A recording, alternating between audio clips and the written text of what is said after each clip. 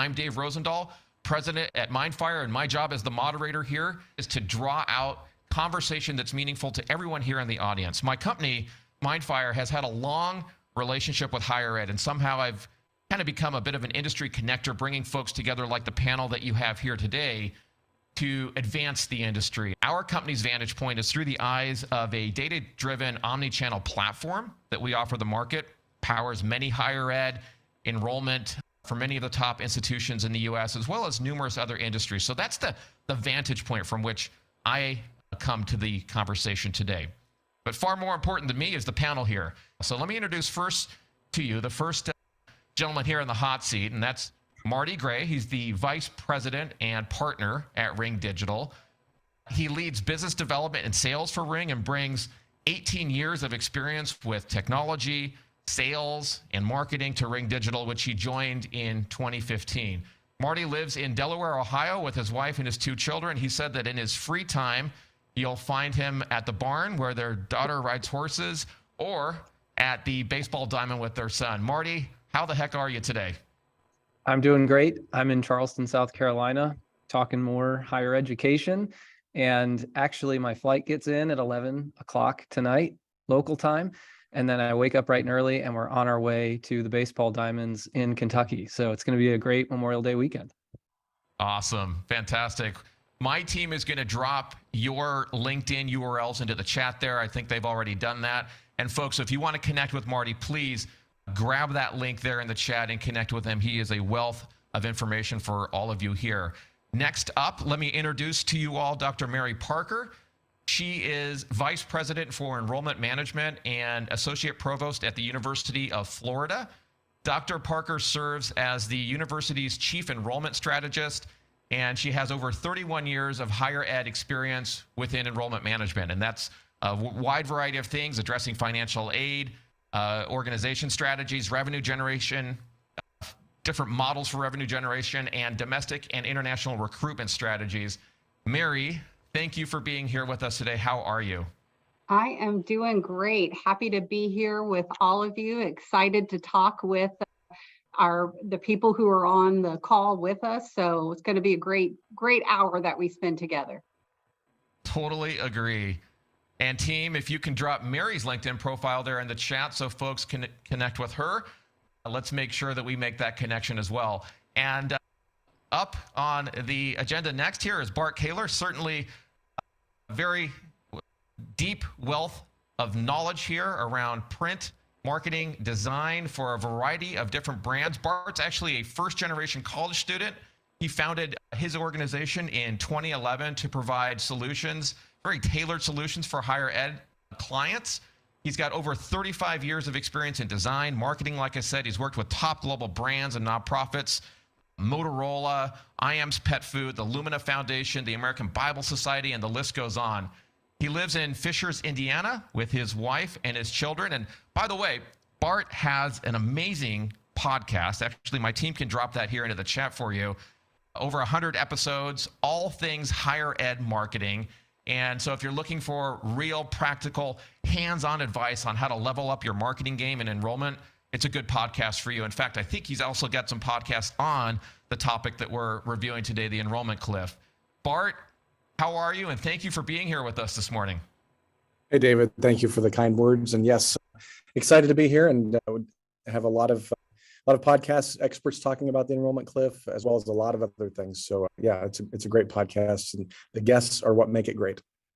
Absolutely. Just like all of you here. And I see Chris in the chat saying, I got to check out that podcast. It sounds like it's fire. It definitely is. If you just jumped in, I see Adam, Anita, Alex, Anna, Carrie, Chris, Chuck, Cynthia, Haley. Please drop into the chat there and say hello. I want to make sure that I know that you can hear us and see us there, because this is about to kick off here. By the way, if you are here until the end of the session today, I'm going to be looking, all right? You're going to receive this new white paper that you see here on the screen outlining the 5 ways to start preparing now for the Enrollment Cliff. And in that white paper, we're including insights that this panel is going to contribute today in the discussion, plus more that we think you'll need in order to factor how this is going to change your work, how to factor that into your thinking now.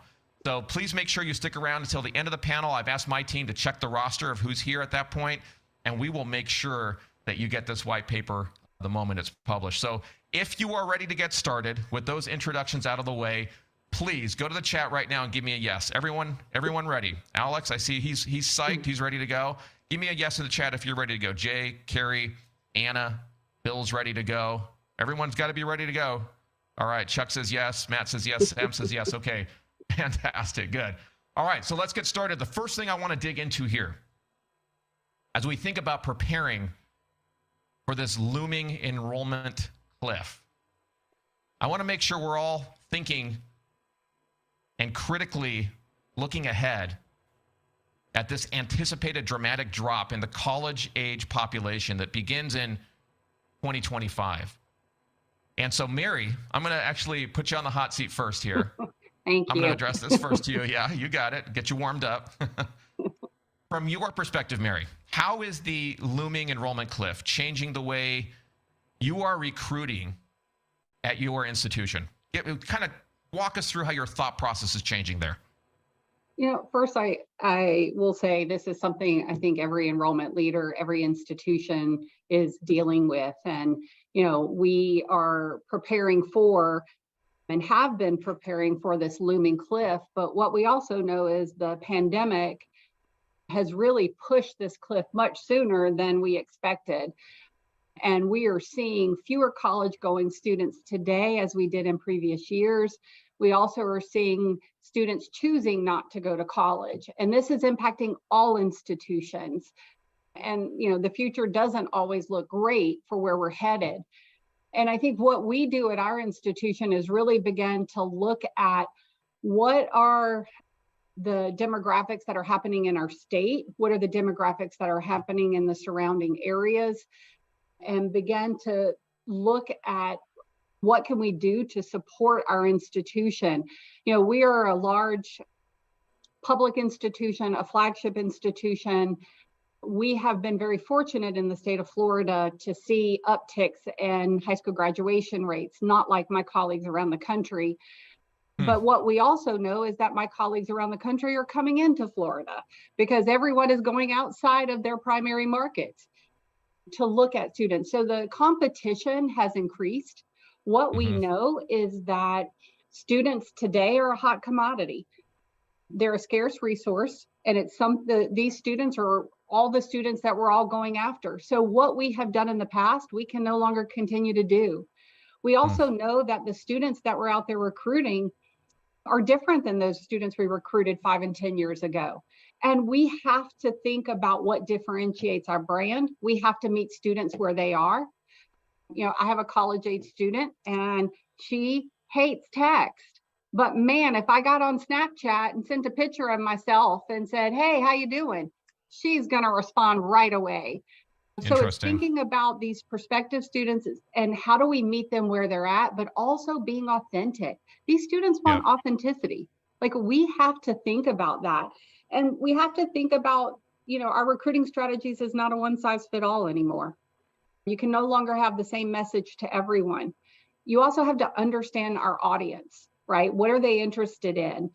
How do we make sure that we are using sophisticated modern marketing machines? We can't just send a view book anymore, right? So we're really looking at all of this. And we're also looking, I'll say the last thing is that as we think about these downturns in high school graduation rates, and I know this is something we'll talk about later, we also have to think about other revenue streams and other things that you can do in terms of increasing your enrollment. How do you build pipeline pathways?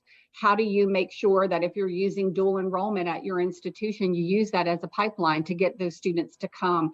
I think as we, again, think about where we are today, where we're going to be in the next 5 years, if institutions are not changing what they're doing, then they truly are going to be left behind. So I think this is a great topic to be having right now. So if I could summarize, Mary, in one word, it sounds like change. There's a lot of change, left, right, up, and down, that we are experiencing, that you're experiencing, that we're all going to have to grapple with. So Bart, let me come over to you next here. Same question. In your mind, how is the enrollment cliff changing the way you're helping institutions recruit? I think there's a greater sense of urgency than what we've seen in a while. I've been doing this for, I think my first website in higher ed was in 1997. And so Wow. the urgency over the past, 25 years is ramping up quickly. I think not only because of the enrollment cliff, which is a big part of it, but to Mary's point, I think that the ways that students today, especially Generation Z and the upcoming Generation Alpha, when we're talking about traditional undergrad, there's so much more distraction right now. And so I think that a lot of schools are needing to start to get comfortable with the fact of trying some new techniques, some new ways of doing things that they might not have done before. Mary kind of indicated the view book. I think that's a great example. I mean, print's not dead. Print's got a resurgent coming back. I think there's a lot of data around that. We're seeing that in a lot of the work that we're doing in enrollment marketing. And I think that's one piece of the puzzle. But I think what's going to going forward is not only this urgency, but this idea of being open to trying a lot of new things. And I spoke with an enrollment leader this morning, and his whole mantra has been, try, fail, learn. He pounds that into his team. It's like, I would rather try, fail something and learn from it and keep trying other things until we find what's right. And I think that's going to be a little bit of what's going on now, is that just the idea of, sitting back with the catcher's mitt and waiting for things to come, that's not going to happen anymore in enrollment. Every institution is going to have to start working for it. And I work with a lot of smaller schools, and so they're already used to working for it. I mean, May 1st came and gone. They're still working hard, and they're going to work hard up until, they'll be ready to apply people as they're pulling up in minivans if they want. But it's going to start feeling that way for everybody. And I think that that's going to be, part of the new reality that we're going to deal with. Yeah. So what stands out there, Bart, is this idea of being open to the new, being open to new ideas, things that are uncomfortable for some of us that have been doing things that, maybe in the past have worked, but are rapidly changing in terms of how consumers and the student population and their parents are changing with technology and communication in general. I'm going to go to you next, Marty, but as I get you queued up there, I want to hear from everybody in the audience. Anna, I see a question that you just dropped into the chat there. Thank you for doing that. But audience, I want to hear from you. Take a moment to think here. What are you doing to prepare? I want to give you a moment to type that into the chat as I get Marty queued up here for the same question. And then I'm going to read back some of the ideas that those of you who are here and dropping that into the chat give us. So I want to kind of compare and contrast with what you're doing and what the panel is bringing to the surface here. So Marty, same question for you from your perspective at Ring. What are you seeing folks do to prepare for the enrollment cliff? Yeah, thanks, Dave. That's a great question. And Mary really said it about having to reach the right student, the specific student. And I think it all stems from two things. First, we have to listen. We have to talk less and we have to listen more so that we can truly hear what it is that a vice president of enrollment, someone like a Mary, is looking for. What are her challenges? And those like her, what are the challenges? And we've talked with countless people, and it's really fun to learn about them and hear their stories. But it all comes down to this. You have to define their universe. You have to define their masses. Like who is their mass group of people? And that mass is defined by a different number each time, because you're going to talk to a transfer student differently than you would with a stop out student, or you would talk differently to them than you would for someone who is a first generation college student. Those are different conversations. And you have to reach those masses, that group of people, no matter what that size is, with the right message at the right time to that right group of people. And I'll say this, I heard this quote or this idea several years ago, and it was about, hey, how do you get something to go viral? And I just sat back and listened to someone else's answer, so I can't take credit for this. And they said, you being viral, wanting something to go viral, you need to define what that number is. Because if you have 100 people that you want to reach with a specific message and you got 99 out of those 100, that went viral with that group.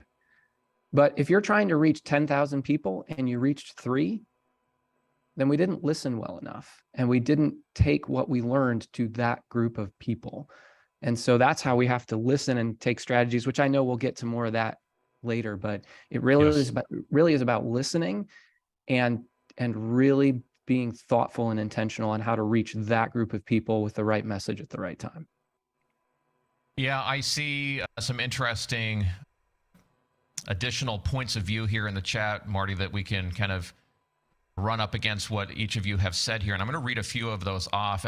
Forgive me if I mispronounce someone's name. I'm not great with pronunciations, but I see Yazan, hopefully I pronounced your name correctly, saying that one thing is more on-site and in-person recruiting. If anybody resonates with that, let us know there in the chat. Marianne is saying, I've also read about an institution that is providing an incentive to faculty that have been teaching at their college after so many years, eligible to collect something like $75,000 to retire early. Interesting.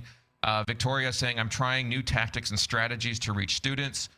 Susan added personalized communication on multiple platforms, targeted financial aid strategies, and defining my position in my market.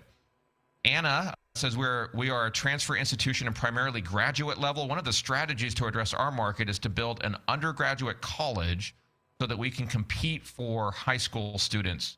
We are also working on pipeline programs, heavy investment there, and we're working on a strategy to keep the denied students by redirecting them to another program in a different school. Very interesting. Thank you for providing that insight there. I see Haley also dropped in a note there. And to my team who's keeping tab of those, thank you for also letting me know that those are coming in. Please keep your comments coming in, folks. You're helping to enrich the conversation here. I want to move next to kind of going a level deeper in something that each of the panelists have talked about, which is how do you target your efforts to find the right students and really become intentional about who you're going to recruit. And so I'm going to go back to you again, Mary, first up here. I want to know from you, as you work for the university there, what are you finding challenging about targeting the right students? I think one is that when I think of the way that we build our recruitment strategy, I believe that recruitment is part of the entire campus, right? And there are certain populations that certain topics and things that are happening on our campus would be more important to them than others. So one, you have to engage. You have to engage your stakeholders on campus. You have to understand what are those opportunities that students want. So I'll even back up before them. We have to know those populations and what they want, right? And I'll give a great example. When I first got to Florida, I kept hearing we were having difficulty increasing our underrepresented population. And so I said, well, has anyone talked to them to find out why they don't come here? And there was a lot of anecdotal information. So we went out, we talked to alums. I went out and I talked to current students. I talked to high school students. And what I learned was that one, we never said we wanted you here. We didn't talk about community. We didn't talk about financial aid early enough in the admissions funnel. And so understanding who are the students you're going after, what are the things that are important to them, when do you need to be communicating that information is critically important. And then building your strategies around that. And when we did that, we increased in 1 year 25% in our African American population. I mean, that was a significant increase in 1 year, but we had to do the research before. We needed to understand. Sure. And more importantly, we needed to know what they wanted. Right. And sometimes it's just very simple for a university to say, we want you here. There is a place for you. You matter. Listening and then using that to engage the population that you want to go after. Bart, what about you? From your perspective, as you help organizations target the right students, what would you say is most challenging right now in that area? I think one of the most challenging areas within enrollment marketing is the idea of, to Mary's point, you've got to help students self-identify that they're a mission fit for your school. Okay. I think this idea of we're just going to reach out and grab everybody and anybody, that just doesn't work. And I talked with Bob Johnson on the podcast. He's one of the grandfathers of website design in higher education. And he taught me on the podcast that, there are 3 questions a student asks when they get on the homepage. Am I going to fit in this institution? So, is this bigger or smaller than my high school? Is it what I'm looking for? Is it, have the core that I need? They're going to have all kinds of lifestyle, all kinds of things they want to know about that fit. The second question they're going to ask is, well, do you have my major? Because that's going to be a big thing that they're looking at, is I have this desire to go into this field or study this. Do you have what I want to study? And the third thing is, can I afford it? And so the challenge is that we've got to find not only the right mission fit students, but we also have to help educate the students and their families, like mom and dad, when we have sticker prices that are on our website that really we have discounts, we have financial aid, we have a lot of other things. We have to make sure that we're communicating in a clear way of what that actually is going to look like, because just grabbing the one of my biggest, I have 2 huge pet peeves around tuition pages. One is copying the tuition page from the catalog, because it provides no context of how much it's actually going to cost. And the second is putting the tuition in terms of cost per credit hour. Students don't have a clue, and they really don't care about the cost per credit hour. They know what their budget is, and they know what they need to do and what they want to do. And so we've got to figure out ways to better communicate with students. We have to figure out ways better to present our institution and really be able to do things that are going to help students be drawn to us, because they see that mission fit is already there, and they're drawn to that. Anita has an interesting comment here in the chat. Students also want or need to see people on the admissions and recruiting team that look like them. Cultural competency. Yeah, I see the panel nodding to that, Anita. Thank you for putting that insight in there. Bart, I'm going to come back to you. You alluded to something here that I want to dig into a little bit more. Kind of a 2-part question for each of you here. How are you determining who you want to target today? And secondly, do you think we still also need to get in front of the parents or the guardians of these folks? So Bart, let me go to you first on that. How do you determine, how do you help folks determine who to target today? And you mentioned the parents issue, but do you think we still need to get in front of the parents and the guardians? Tell us a little bit more about your thoughts there. Yeah, so one of the things that I like to talk about is the whole idea of watering holes. So imagine you're, a photographer on a safari, and you need to, the place you're going to go to find the best photos is going to be at a watering hole, because all of the, the animals that you want to take a picture of are going to come to that place because they need water. Same thing happens for students. Students have watering holes. Parents have watering holes. So, depending on what kind of student you're looking at, if you're a faith-based institution, churches are a good place for the watering holes, because that's where those students are going to be.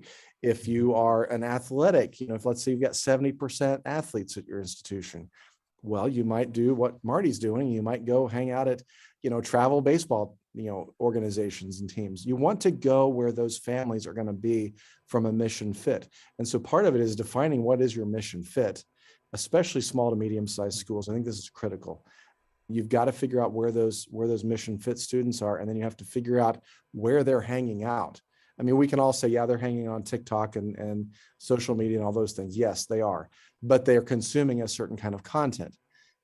So you've got to start identifying and really ratcheting down so that and you do the persona exercises, you figure out who your mission fit, best fit students are, because again, we can grab everybody and pull them in. I mean, that's part of the challenge with things like the Common App and other things, where we just inflate the top of the funnel with so many applications that the admissions team is just running around like crazy, working on applications, as opposed to figuring out which one of these applications are the most important, because they're going to be the mission fit students. So, but your second part of the question about, parents and guardians and other parts, that yes, they are still critical. I mean, there's only 3 ways that students end up at an institution. It's either going to be a legacy student, so mom, dad, aunt, uncle, grandma, and grandpa all went there, so I just have always known that I'm going to go there as well. Or you're going to have somebody who's been influenced. So maybe my neighbor down the street went to that school and she's talked about it, and I really respect her, and I want to check out that school. Or maybe my guidance counselor talked to me about it. Or maybe I ran into a rep that I really respected at a college fair. They're going to be influenced by someone else. Or the third one, which is becoming more prevalent, is discovery. It's like, I go to Google. I used to go to my guidance counselor to ask, hey, I'm looking at do film and I want to live in the Southeast. Where should I go? Well, now they're typing that into Google. And so now we have to have enough content on our websites, in our social media channels, in third-party places that are going to get us the information so those students kind of discover us, because all of a sudden they might say, oh, I never heard about that school. That seems like that would work. I'm going to check that out. They go to the website, mission fit starts to come across, they self-identify, and all of a sudden they fall in love with a school that they didn't even know about, 20 minutes earlier. And so those three areas are going to be critical. But not only that, when it gets to the fact that they are starting to look at those schools, starting a parent conflow or really starting to reach out to the parents. It's one of the reasons why I love print, is that you can be in the inbox of the students, you can be in their text messages, you can be direct messaging them in Instagram and TikTok. But if mom and dad don't see it, Right. they're not going to remind them. Case in point, my son, when he was doing his college search, 5 different schools he applied to, it was the school that copied mom and I on all the conflow that made the difference, because guess what we talked about at dinner? It was like, hey, did you see that email from Butler University this week? They've got a visit day next week. No, I didn't see that yet. I'll check my email. That's because mom and dad were looking at it, and we were only getting 1 or 2 emails about colleges, where he's getting 650 emails that are basically the same thing with maybe a different subject line on each one. And so there's got to be a really good way that we get in front of mom and dad. Print is great because it comes in the mail, it sits on the counter. They can see that using tools like informed deliveries so that mom and dad see the print piece in the email on the way there. Sure. All kinds of strategies.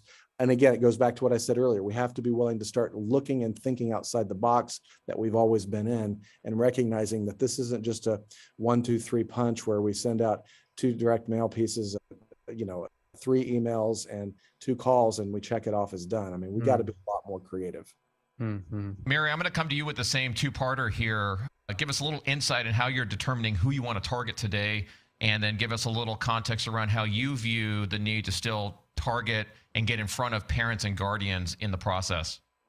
Absolutely. First, I'm going to agree with Bart. It starts with your mission, who we are, who are the students we want to attract. But I'm also going to say one of the things we do is looking at who are the students that come to our institution, who are the students that succeed, right? So we want to be able to look at what are the characteristics of those students, and then also look at what our enrollment goals are. So this year we've had, an increase wanting to look at how do we diversify our population, be more out of state? How do we look at more low income, first gen? I mean, that starts with a conversation with your senior leaders on your campus, understanding what your mission is, and then where you want to be going in the future, and then looking at what are those goals, and then creating your strategies on how you're going to get those students. And one of the things we really looked at was how do we identify, again, those students who are coming to the University of Florida, and then find pockets of those students in areas where we know we may have some traction. There are some areas where we know we have large alumni. There are areas where we know there are populations of like families, may be socioeconomic, it may not be. And we did a lot through search.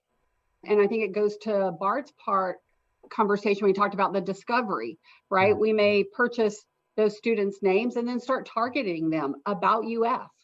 But we also targeted the parents. And he is right on. I mean, one of the things we know is we just cannot have a communication stream for students. We have a communication plan directed at parents. And we do send a lot of mail material to the home because it is directed at the parent. We do a lot for our students through targeted social media, through digital marketing. But, again, it goes back to what is your mission? Who are the students you want to attract? And then building those strategies in various ways. The other thing I will say, our alumni have been amazing, not just through our working with us on search, but your alumni are all over the country. They're internationally. They have sometimes connections into high schools better than we do. So we have been utilizing our alumni association to help us through the recruitment campaign. And they've actually targeted students through the influence. I'll use Bart's words, but that's one area where they've influenced families to say, hey, Susie, we work together. Let me tell you about my alma mater. And that has been really successful for us as well. But I will say, no matter how you target them, you got to go back to making sure that people on your campus understand what your mission is, understand what are your targeted goals, and everyone should come together to build a holistic strategy that helps you recruit these students and get them to enroll. And that includes a comprehensive comms plan for parents, guidance counselors, people who are alumni. We have communication that goes out to our alums. It has to be all in tandem so that you can help to meet your goals. Mary, I'm gonna ask you a quick question here that I just saw come in from Jay. Relative to the student specifically, are you finding that direct mail is still relevant to getting those students into the funnel? No. We've seen a little bit. Direct mail certainly helps be visible, helps UF get out there. It's helping us to build our brand. But with those name purchases, we worked directly with Ring Digital, and we targeted them through a campaign there that led them to a microsite where they got a lot of information through video and other means. And what we have seen over the last year, that has been much more successful for us in introducing who we are as the University of Florida than through direct mail. Interesting. All right, let's dig more into that here in just a moment when we get to the Q&A portion. I'm sure that's going to perk some ears up. Marty, I'm going to come to you with the same question here. I want to know from you, from your perspective at Ring, how are you seeing folks, or how are you helping folks determine who to target? And then talk briefly to us about your view on whether we should be getting in front of parents and guardians. Yes. So listening, again, just going back to that, hearing who do you want to target? And Mary mentioned this community piece. That community piece, when we were trying to target those Pell Grant, low income, first generation students, there were really two objectives. The objectives were, their pain was, what spoke most to them and resonated with them was, does that institution even want me? And then if I learn that objection, if I can overcome that objection, the immediate objection following is, can I afford it? So we had to help them understand that they belonged there. We had to communicate to them and to their parents that you belong there. We want you here and you can afford it. So let's open that conversation. Let's have that discussion. And so, yes, absolutely. A big emphatic yes with, you hear this all the time. It takes a village, when you're talking about raising children. And it really does. But where does the village start? Every village is broken down into singular components. Those singular components, no matter how big or how small, is a 4-letter word: home. And we have to start there. How do we target people at home? How do we reach people at home so that instead of waiting for them to go somewhere and then capture them or serve them some type of conversation piece in any form, multi-channel, let's start at home so that no matter where they go, then we are continuing that conversation wherever they are. But it all starts at home, starts at the dinner table, starts at, you're sitting on the sidelines of a baseball field, you're hanging out with families at barns, all this kind of stuff. And believe me, at horse shows, for those who aren't familiar and those who are familiar, you spend a lot of time sitting around talking, lots of it. Yeah. And the biggest piece of this is when you start at home and you take that conversation and it continues wherever you go, the watering holes, like Bart was talking about, where we see tons of success. That watering hole is specifically for those students who say, I heard your message, I resonate with your message, and then they raise their own hand and give you their information to say, I would like to continue this conversation, please. Now we should target those people precisely. Again, I said it earlier, I'm going to sound like a broken record. The right message to the right people at the right time. And, Yeah. And the last thing I'll say on this, and believe me, we could go on and on about this, for days, but as we're exploring who it is that raises their hand, the conversation piece is so important because it's the sum of all the marketing parts.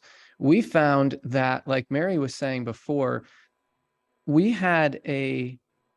purposefully will piggyback on direct mail, and it makes the digital combination or the digital injection to direct mail brings it alive. And direct mail on its own can still do things, but it's not going to do what it can when it has that booster, so to speak. Sorry, I feel like I just brought COVID language into this, saying booster. But what I will also say is this: to Bart's point, what's important to the student? I would then say I would add to that, what's important to the parent or the guardian? That's why they also need to receive this content. Because what's the number one, and I never realized this, my kids they're only 15 and 12. So I've got a lot more runway to go here, so I'm still learning how to parent.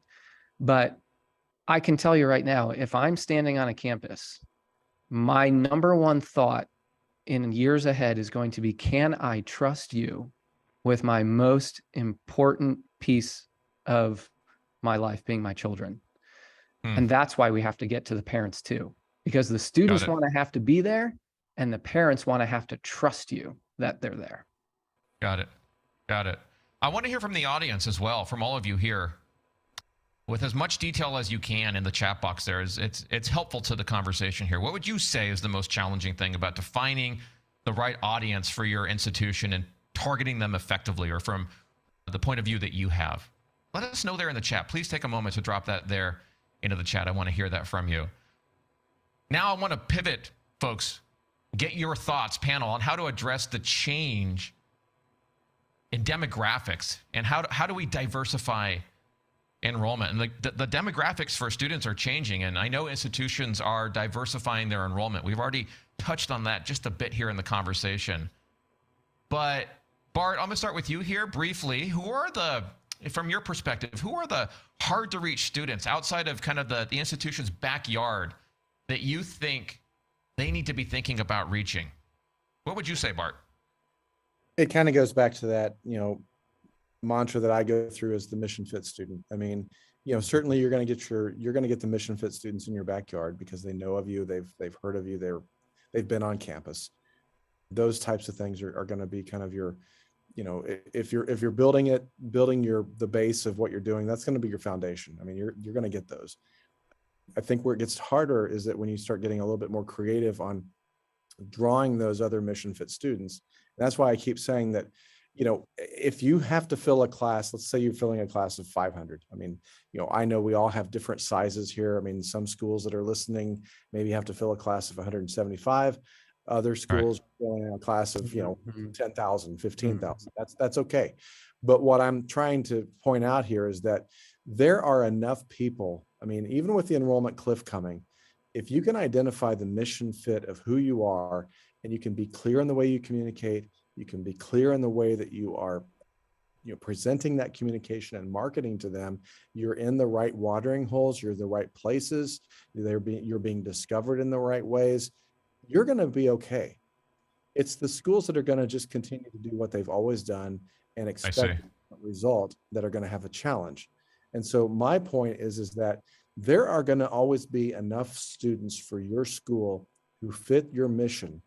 You just have to find them. And that's going to be a lot harder than it has been in the past. But that's one source of hope that I give everyone in the enrollment cliff, is that if you know what you're doing and you pay attention, you can weather the storm. You can actually probably do well in this storm. But if you put your head down and just say, I just want this to be over, and you try to ignore it and just play like it's just going to blow over, your house will be gone when you're done. And so that's where we are right now. It is a storm, and we just have to know how to weather it. And so that's why I keep going back to know who you are, be able to articulate who you are, and be able to put that out in enough different channels and in different places that people are drawn to you. that's where you're going to see success. Mary, as you think about diversifying enrollment, I'm going to ask you the same question here from your perspective there. Who are the hard to reach students that you're thinking about outside kind of your normal area that you are reaching out to? Give us a little insight into how you look at that and what you're experiencing there. No, thank you. And I will say to Bart's point, we talk about articulate and differentiate who we are. And I think that is so important to any of the students that we are reaching out to. One of the things we're looking at is how do we, again, out of state, and thinking about how do we reach those students who really don't know who the University of Florida is. Maybe they know us for Gator football, right? But they maybe don't know of the academics, that we're a top 5 public institution, that we have a 97% retention rate. Do they even care? And so it's how do we, again, communicate that? And as Bart said, if you are not doing this and you are not thinking about how to differentiate, you certainly are going to have some difficulties moving forward. I think the other thing for us that we've really had to focus on, particularly as we are looking to diversify our students, is looking at financial aid optimization. We know that affordability is one of the biggest challenges for families across the United States. And as an institution, we really had to look at how are we using our federal, state, and institutional dollars to effectively recruit and retain and graduate students. And what we quickly realized is we probably weren't as efficient and as effective as we needed to be. It wasn't that we didn't have the funds, it was that we weren't leveraging them quite as best as we should. And we also weren't using the funds to actually help us meet enrollment targets. And so we have completely revamped our scholarships, really looking at what are we doing for low income first gen. That is extremely important to us. What are we doing to help us with our non-residents and international students as well? And again, those are those students that are outside our backyard, that are not even in our backyard, because we have been a predominantly Florida institution.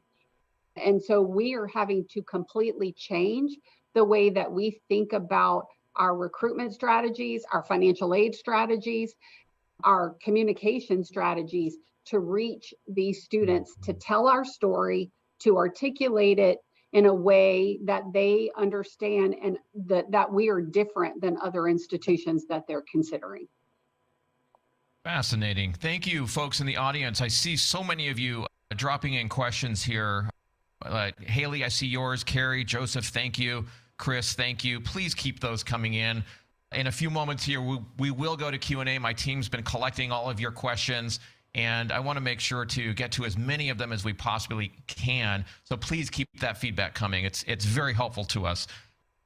Marty, you talked about boosting. I'm going to use the word supercharging here to tie the next set of questions here around digital technology that can supercharge enrollment. I was just at the National Postal Forum. I don't know if anyone was there. Let me know in the chat if you were there. Just a few days ago, speaking to executives from postal, mail, digital markets about how the consumer is changing and how consumer behavior is changing relative to marketing and engaging folks across multiple channels. And for any of us who target consumers, the way I look at things, and I want to hear from the panel, it's not up to us how they want to engage. The consumer is in control. I think everyone would agree with that. But as marketers, we have to adapt, even if it's out of our own comfort zone. And if it's new technology, different ways of reaching people, it's our job to go where the consumer's attention is. So I want to hear from the panel on this thought here. I'm going to start with you, Bart. Specifically, what are enrollment officers, like the folks that we're hearing from today, what are they requiring from their digital marketing partners as they think about driving enrollment? Bart. I think there's two main things that I'm seeing. One is a desire to partner rather than being a vendor. I think that, and that's something that I've always believed in throughout my career. I was taught early on in my career by some smart business owners that I worked for, that people can go get vendors all day long, that people want partners who actually feel and empathize with what they're going on and actually want to creatively help solve the solutions rather than just, cash the checks. And so Charge. I think that's going to be a huge part, is just finding partners who are willing to get in the trenches with you and think creatively and figure things out. And then I think the second part of that is going to be partners who are actually bringing ideas to the table rather than just being order takers. One of the things I've always tried to do throughout my career is being on the front edge of technology, not to make guinea pigs of my partnerships with my institutions, but I saw the internet in 1994 and thought this might be something marketers and designers ought to know about. And I told my boss at the time, and he told me I was crazy, that was a fad and that don't worry about it. But, and then 2004, I started telling people, hey, Facebook's getting ready to go to the public. I think we ought to pay attention to that. That might be something. Social media might be something people are going to be curious about. Well, that's where that went. And right now, what I've been telling people is, hey, artificial intelligence is going to be a big thing. You need to pay attention. Figure out how you're going to use ChatGPT in your enrollment marketing. And I presented this week at a conference about that, and certainly willing offline to talk more about that. And that's my passion right now. But I think we have to figure out how to use digital technologies and not run away from them, not be scared of them, not be scared of the faculty. When the faculty are saying, we're not going to have ChatGPT at this school, we've got to figure out how to actually articulate it well and be able to start using it and use the tools that are at our disposal. Mary, give it to us straight here. What are you looking for? Yeah, what are you looking for from your digital marketing partners? Just between us here as friends. Share it straight. All right. I'm pretty hardcore here. Okay. It is, for me, about relationships. I need to understand and know the person I am working with. I need to know that that person is going to work just as hard as my team and I are going to work to help meet our goals. I do not want to be talked at. I don't want you to come in and tell me that you're going to fix all my problems, but you don't listen to what my actual concerns are. And I think Bart said it best. I want somebody who's going to come to me and say, hey, we have this great idea. I know that you have this challenge. We'd love to talk with you about how this would work. That is so important to me. I don't want to just talk to people I partner with when we have a meeting. It is about a relationship. I want to know a little, I want them to know about me, and I want to know about them. And I think that is so important. I think that's important not only in our relationships with our digital marketing partners, but it's what I tell our recruiters, our admissions counselors. The world that we live in is about relationships. And people need, Marty said it best, when they leave their student on our campus, they need to know who we are, and they need to know that they can trust us. And that's part of this whole process. And that is definitely something that I live by in the work that I do. Alicia in the chat, Alicia, not Susan. Yes, Alicia says, yes, relationships are everything. I've actually had people verbalize to me that our recruiting efforts are antiquated. Knowing our population is Appalachian and high risk, I would argue that the relationships we have built within the schools, students, and administrators across the state is what's driving our year-over-year face-to-face increases. I think I'm reading you correctly there, Alicia. That's fascinating, Mary. So let me ask you just a follow-up on that, Mary. When you say building a relationship is important, we've just come out of a period where Zoom and electronic communication like this has been the norm. How important to you is the face-to-face interaction with your digital technology partners towards building that relationship? I think what I have seen and what I feel like has been working for our team is we do a lot with our partner on Zoom because there are periodic meetings that we need to have. But when we did a planning session, we all got in one room, a big room. We sat around so everyone could see each other. And we did our planning for a half a day. And that, I don't think we would have gotten where we were, that met our goals that year, if we were not sitting face to face and really looking at the data, looking and hearing each other about what we could do together. So I'm fine with periodic webinar, Zoom meetings, but I also think there are times when you have to get in a room face to face and really Yes. begin to hash out what your plans are.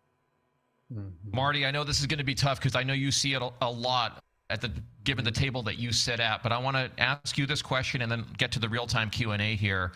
From your perspective there at Ring, you are leading a digital technology company. How are you seeing digital technology meeting today's enrollment challenges? Give us just a snapshot of what that leading edge looks like from your seat there. Yeah, I think it goes back to what people are looking for.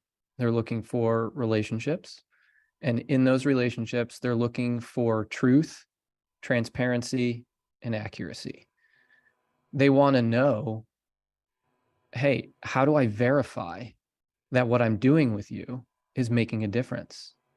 How do I know that what you're doing is avoiding the challenges, and not just avoiding them, but overcoming those challenges? How do I know? Can you prove it to me who I've reached? Can you prove to me whether this is successful? And I think that's where the rubber meets the road, so to speak. You have to be able to prove. Partners, just like Bart said, people should grill their partners. And as partners and as friends, we should be excited and energized by that because we're invested in this together. And our founder, one of our co-founders, PJ Wenzel, this all started because he listened to a question that one of his relationships asked him. Yep. Why can't I do this? And so he said, I'm going to go figure it out. So I think the numbers were like over 400 investigative hours by Alex, who is now our chief digital strategist. And all he did was interview people and listen to them. And it's not that we discovered things in the world that weren't known to everyone. We just took the next step and we solved them. Because I was on another panel in the property management space, and I walked away from a conversation with someone, and I really summed it up like this, and it's what Mary said. Tactics produce transactions, but relationships produce value. And the value is what we really need to get to. Who do we know? Who are we working with? Can those people trust us? And so that's why, it blew our mind when we were like, wow, 52 to 56%, more than half of all internet traffic online is non-human. Well, how do we get around that? Okay, check, we solved for that. Now we don't have to waste money on bot traffic. And it's not our money in the first place. It's the institution's money. And if it's a public institution, it's the taxpayers' money. And we have to be able to verify every dime that's spent. And to Mary's point earlier, how is it proving that it's working? And so, and I love in-person meetings. One of the things that I think the pandemic did is it actually helped to get rid of the phone call. And at least now, periodically, we can see people in 2D, yes, just like this, face to face, which is helpful. Interesting. But it will never be a replacement, ever, for the impact that flesh in the same room as flesh, having a conversation, real people having real challenges and solving real problems together. That's really what it boils down to. And if you are the same person on camera as you are in a room, you start to bridge a gap like, oh, I can trust this person. And so I love those in-person meetings. When we flew down to Florida, that was so great. And then I'll tell you what, I wanted to learn more about the industry, and Mary was so kind. It was what, over 2 hours. And I think I have 6 pages of notes from those 2 hours of her just sharing. And I learned more about Mary probably than I did the industry, but I learned a ton about the industry. So yes, relationships, truth, transparency, accuracy. I could go on. I'll stop, but I can go on. I want to get to the questions now. Everyone that has submitted a question in the chat, if I haven't answered it or if the panel hasn't answered it in the course of the discussion here, don't hesitate to paste it back into the chat. My team also has a document here in front of me where I'm seeing the open questions, so I'm going to get to those in just a moment. And if anything has sparked something in your mind that you want to get from the panelists here, I've asked them right before we went on air if they would be willing to stick around a little bit past the hour to make sure that we get to all of your questions. So please stick around. We're going to get to all of those. While I get those ready, though, I want to make you aware of one more thing. My team is going to grab this URL and get it ready for you, because if you want to learn more from Marty, or for that matter, any of the panelists that you've heard from today, take a moment to visit this URL, which my team is going to drop here in the chat. If you have questions about anything you heard about today and want to speak one-on-one with any of the experts at Ring Digital, that's what this is for. You've heard Marty. He's passionate about bringing you knowledge to advance the industry, to lean into the value of relationship and bring you help that you need to meet your enrollment goals. So if this is something you want to know more about, if this is something you want to learn more about, please take a moment, visit that URL. He and his company do these kinds of sessions here to help you to invest in the market's understanding of how to leverage digital technology to make better business decisions. So take a moment to visit that URL or jot it down. My team's going to drop it there in the chat. Looks like we already have. Thank you, team. When you go to that URL, you're going to see a page like this. Just take a moment, fill in that form, and we will get back to you very quickly in order to continue the conversation, all right? So my team's dropped that there in the chat. Make a copy of that. And now let me get to the questions that have come in here in real time. Chris, I see, saying super insightful panel discussion. Thank you all. Chris, thank you. Thank you for being here. The first one comes from Anna Maya. I'm not sure if I'm pronouncing that correctly. Again, Anna, forgive me if I've said this incorrectly here. Now, panel, raise your hand, wave your hand at me like this if you can answer this question as we go through these. First question, how are you addressing SARA as you expand into other states, S-A-R-A? Who can answer that for me? I feel like that might be a Mary. Yeah, it could be a Bart too. No, I will say we have not, I mean, we certainly look into that, but we have not seen an impact on the work that we are doing with issues of SARA. So it really has not, for us, been an issue in the states that we have been going into. I don't know, Bart, if you or anyone else deals with that, or even anyone on the call, but I haven't really had to deal with that issue. Part of the challenge is that it's just the regulation that happens when you're looking at online, being able to serve up online classes to different states. Each state has a different, different regulations, probably a little bit deeper than what we can go in here. Actually, Anna Maya is one of my clients, and I'll talk with her a little bit offline. Anna Maya. Okay, great. I'm thankful for the pronunciation there. Thank you, Bart. Mary Ann's got the next question here. Mary, this is directed at you. The question is, does Mary have a sense of why colleges are not moving into the high schools to provide a college degree upon graduating from high school? Wow, that is, it's a great question. And it is actually, I think we have not had to do that before. We have not had to think about that before, right? And so I was going to say we didn't run out of time, but one of the things we're looking at is this dual enrollment piece, and how are we going to push it, even from the University of Florida, pushing our dual enrollment so that students are coming in with more credit, right? And maybe coming in with that associate's degree. Again, I don't know that schools have had to really think about that way as a pipeline to get students in, but it's certainly, when we think about other enrollment pathways, it is something we should be thinking about, right? Going into the high schools, offering, so now our admissions counselors are talking about dual enrollment. Let me tell you about the dual enrollment program we have at the University of Florida, and how you can make that connection much earlier. Again, it's an alternative pathway to get them into your system. You can start communicating with them. I think we're going to start to see that more and more from other universities.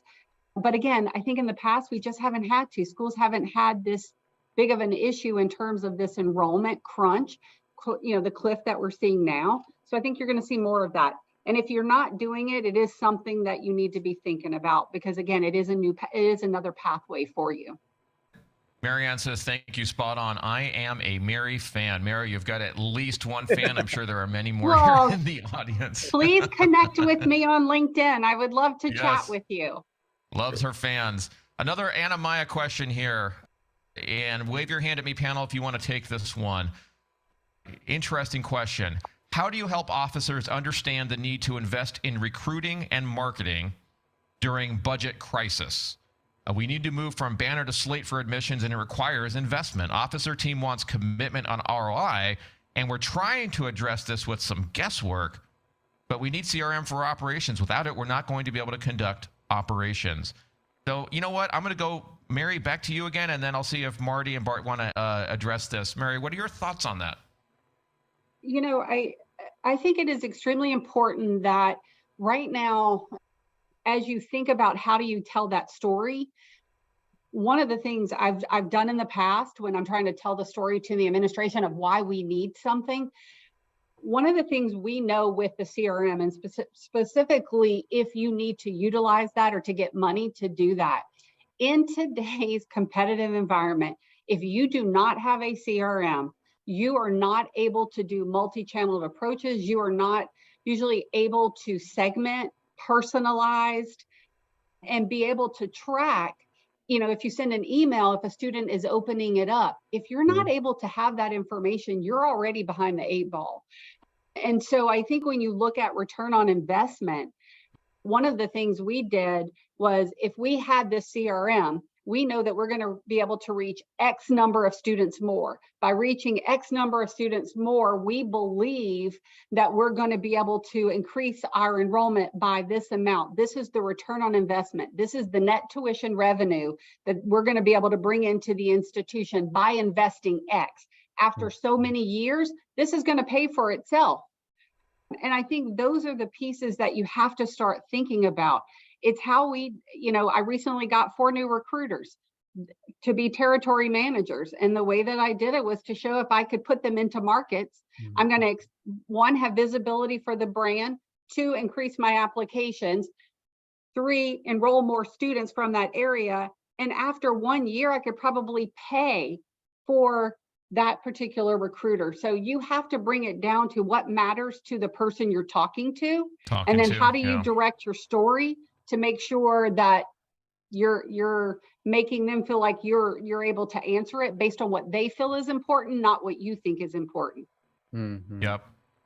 I want to hear Marty and Bart, your response to that, but I know we're a little past the hour here, folks. If you have to leave and don't want to miss the rest of the Q&A, please let us know if you want a recording of this session. Drop your best email there in the chat so that we ensure that we get that to you. Go ahead and take a moment to do that if by chance you have to leave. Otherwise, stick around. We're going to get into everything here. So Marty, I want to give you an opportunity to answer that same question. What would your advice be to a question like that?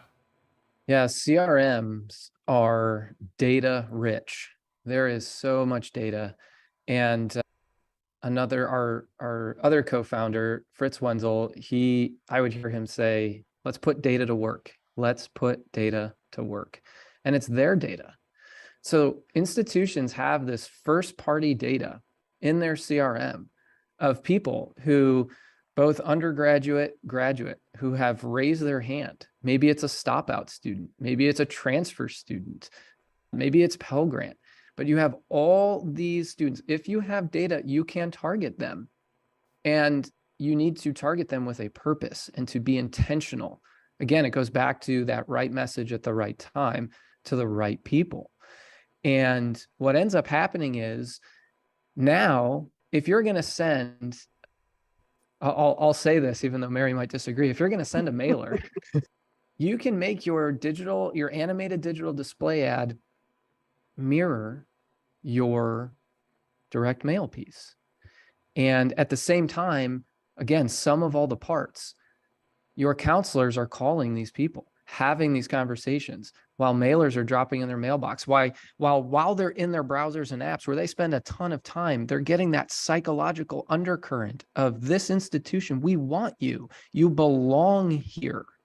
And so Now, instead of having to flood their inbox with 4 emails during the week so that you can say, can I assure that I'm getting in front of them? I got to send them another email. Well, that might frustrate them. That will most likely frustrate them. There's a large consumer brand out there that I would buy their products every day of the week. I won't say it though, because I don't like how many times they email me. So I've actually unsubscribed.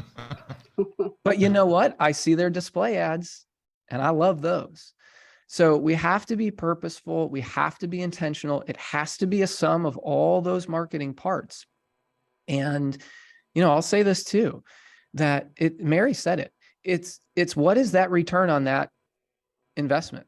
And it goes back to, what did we say? It all starts at home. So if we can't tie what we're doing for our partners, for our friends, for our relationships, if we can't tie everything that we're doing back to the home, then we have a very hard time saying with any proof, any demonstrable stake in the ground, we made an impact for you. We listened to you, we heard you, we created this for you alongside with, like, we're doing this together. And it all goes back to the home. If you can prove that I targeted, as an institution, I wanted to target 123 South Main Street. And now look at this, 123 South Main Street started an application and they finished it. And now they enrolled, now they've registered, and now we've deposited. And you can see an X factor of 7, 8, 9 times because of that purposeful intentionality with proof. It's again, goes back to that truth, transparency, and accuracy. Data is so valuable, and institutions are sitting on a wealth of valuable, powerful targeting pieces. Bart, I'm going to get you in on the next question here. I'm going to throw this at Mary and then come to you, Bart. This is from Chris. Thank you, Chris, for your interaction during the session today. Chris is saying, as an adult learner, attended UF Online, you think higher ed marketers should focus their message to attract adult learners? Maybe focus on adults who have some college and no degree? There is a lot of these low-hanging fruits. Mary first, and then you, Bart, what would you advise? I think, Bart and I both said it goes back to what the mission is and who are the types of students. And we definitely know when we're looking at, especially for UF, yes, we should be looking at who are the students that maybe even started our institution and left and never got a degree anywhere. How do we get them back? And do we need to offer UF Online as a flexible option for them, or do they want to come to campus?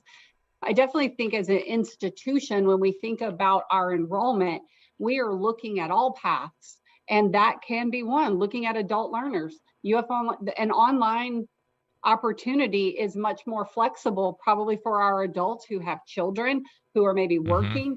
And I think that's where we have to say, I've said to come to UF, there are multiple pathways. That pathway may be through an online program. It may be through dual enrollment. It even may be through a workforce or a credential.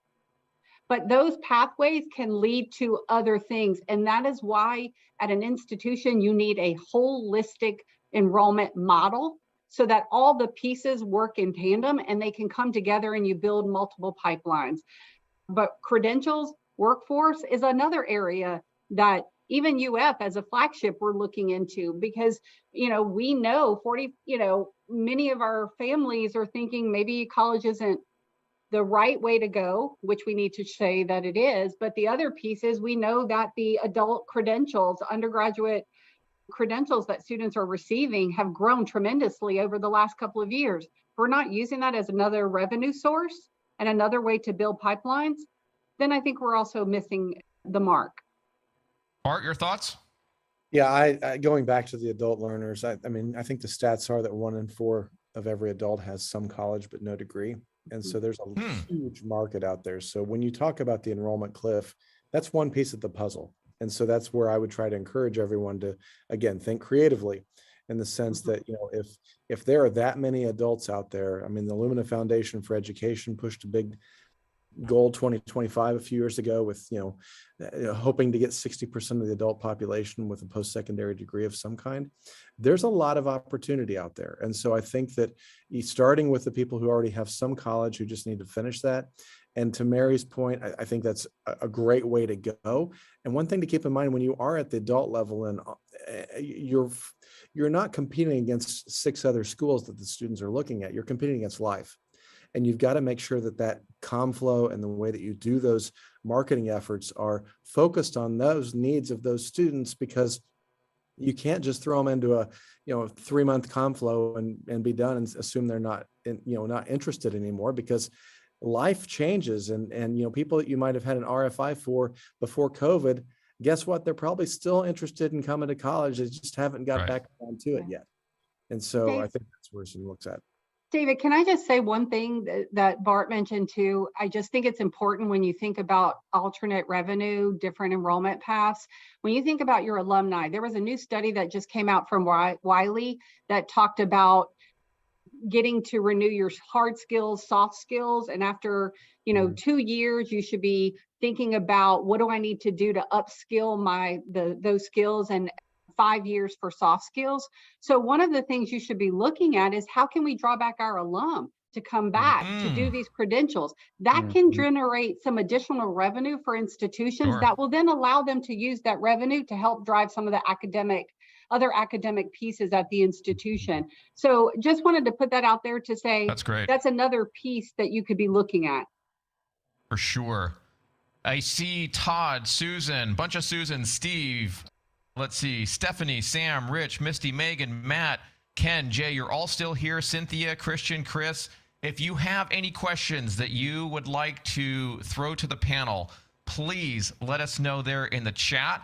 I have a question for all of you who are still here. Thank you for sticking around with us. Here's my question to all of you, and this is very helpful to us. So please, please take a moment. I want to know, what stood out to you today? As you think back to the discussion that we've had, I would like to hear from you. What's the insight or the aha, the light bulb moment that was informative for you? Take a moment, please. Give us that there in the chat. I want to know what that was for you today. I'm going to read some of those back here for you. I also got a list of all of the folks who would like the recording, and we will make sure that we get that out to you. We're going to go just a few more moments here to make sure that we get to all of your questions. If you are still here, you're also going to get that white paper. We appreciate everybody sticking around. I know we've gone over our allotted time, but thank you for sticking around. And panel, thank you as well. Rich is looking for the recording. Bart, absolutely, you'll get the recording as well. Everybody who wants the recording, let us know there in the chat. I see a lot of comments thanking the panel for the participation. We appreciate the panel for sticking around here and continue to answer questions.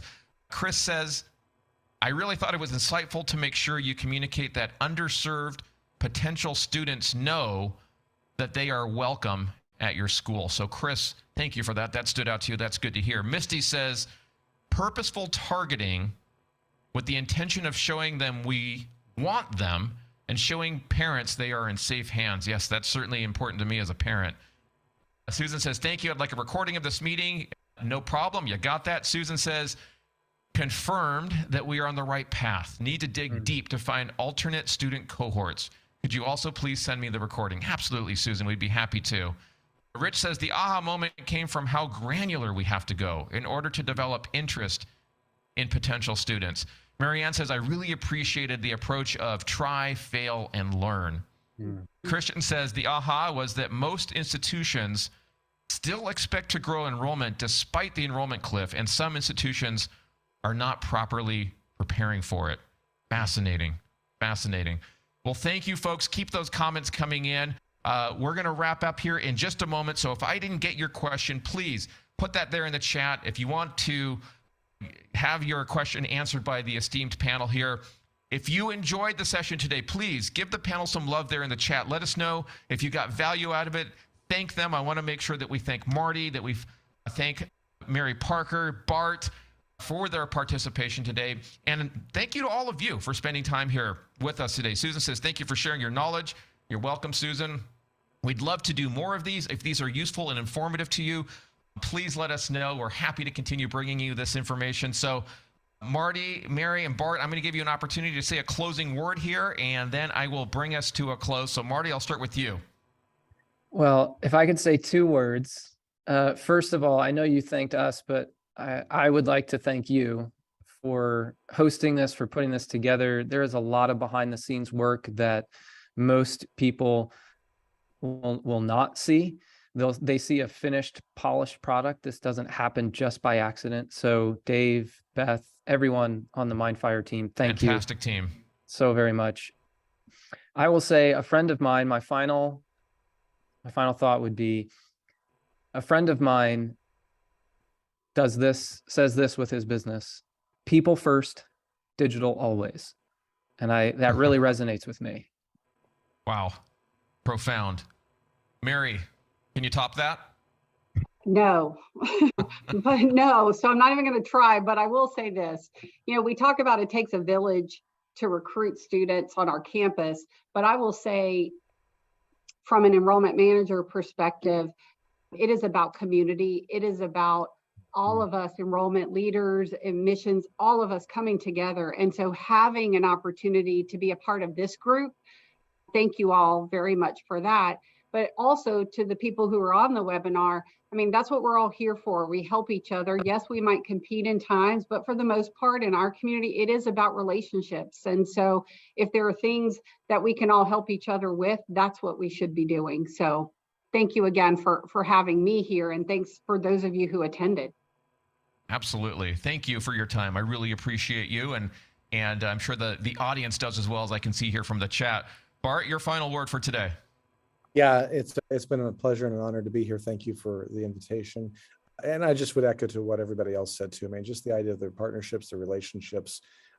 I loved what Mary said. And I heard somebody say this the other day. They said, even though we are all in the same space, we're all kind of pulling in the same direction for an educated, public. We want our country, our society, our world to be educated. And I think that, when we kind of start thinking about that, we're all on the same team. We're trying to get students to find their best place, find their mission fit. It's going to be competitive. Yeah, that's part of what goes on. But at the end of the day, I still go back to the fact that if we can identify our own authenticity, identify who we are, articulate it, those students are going to be drawn to you. And you just have to be creative in the ways that you get the word out to them. So again, thanks everybody for being a part of this. Well, thank you, Marty, Mary, Bart, and most importantly, thank all of you who are spending time with us here today. We all hope that you enjoyed the conversation and that you learned some new ways to think about the enrollment cliff and the work that you do, which is so vitally important. And with that, thank you all. Talk to you soon. Bye-bye.